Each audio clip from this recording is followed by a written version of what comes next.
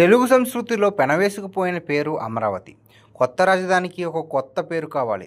తెలుగు ప్రజల ఆశలకు, ఆశయాలకు, ఆత్మవిశ్వాసానికి ప్రతీకగా ఆ పేరు నిలవాలి.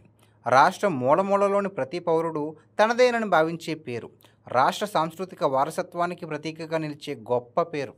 మానవజాతి మూలాల నుండి నేటి వరకు మన సంస్కృతితో, మన చారిత్రక వైభవాన్ని స్ఫురణకు తెచ్చే పేరు. సగానికి పైగా ప్రపంచానికి నాగరికతను నేర్పిన ఆ పేరే అమరావతి. 2019-24 మధ్య కాలంలో విధ్వంస పాలకుల చేతిలో శిథిలమైన అమరావతి స్వప్నం తిరిగి పునర్జీవం దిశగా వడివడిగా అడుగులు వేస్తూ అమరావతి పునర్నిర్మాణ పనులకు మే 2న దేశ ప్రధాని, రాష్ట్ర ముఖ్యమంత్రి గారి చేతుల మీదుగా 1,00,000 కోట్ల పనులకు శ్రీకారం చుడుతున్నది కూటమి ప్రభుత్వం.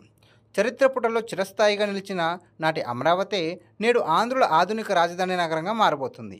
వైసీపీ విధ్వంస విధానాలతో నిలిచిపోయిన అమరావతి పునర్నిర్మాణాన్ని 3 ఏళ్లలో పూర్తి చేయాలని లక్ష్యం పెట్టుకుని పనులు పరుగుపెట్టిస్తున్నారు.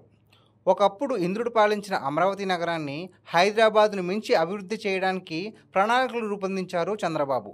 అమరావతి పునర్నిర్మాణం మే 2వ తేదీ నుండి గేరు మార్చిపోతుంది. అమరావతిలో నిర్మాణ పనులు జెట్ స్పీడ్గా సాగేలా చర్యలు చేపడుతున్నారు. అమరావతికి అడుగడుగున అడ్డంకులు ఎదురైనా అంతిమంగా మాత్రం అడుగు బలంగా పడుతోంది. రాజధాని నిర్మాణం జరగకూడదని కొందరు ప్రబుద్ధులు ఉద్దేశపూర్వకంగా పనిగట్టుకుని విష ప్రచారం చేస్తున్నారు. కావున అమరావతిపై విషం చిమ్ముతున్న పురుగుల పట్ల ప్రజలు అప్రమత్తంగా ఉండాలి. అమరావతికి అడుగడుగున అడ్డంకులు సృష్టించిన అంతిమంగా మాత్రం విజేతగా నిలిచింది అమరావతి. మొన్నటి ఎన్నికల్లో తెలుగు ప్రజలు తెలివిగా వ్యవహరించి రాజధాని అమరావతి నిర్మాణ సారథ్యాన్ని దార్శనికుడు, పాలనాధ్యక్షుడు చంద్రబాబు చేతిలో పెట్టారు.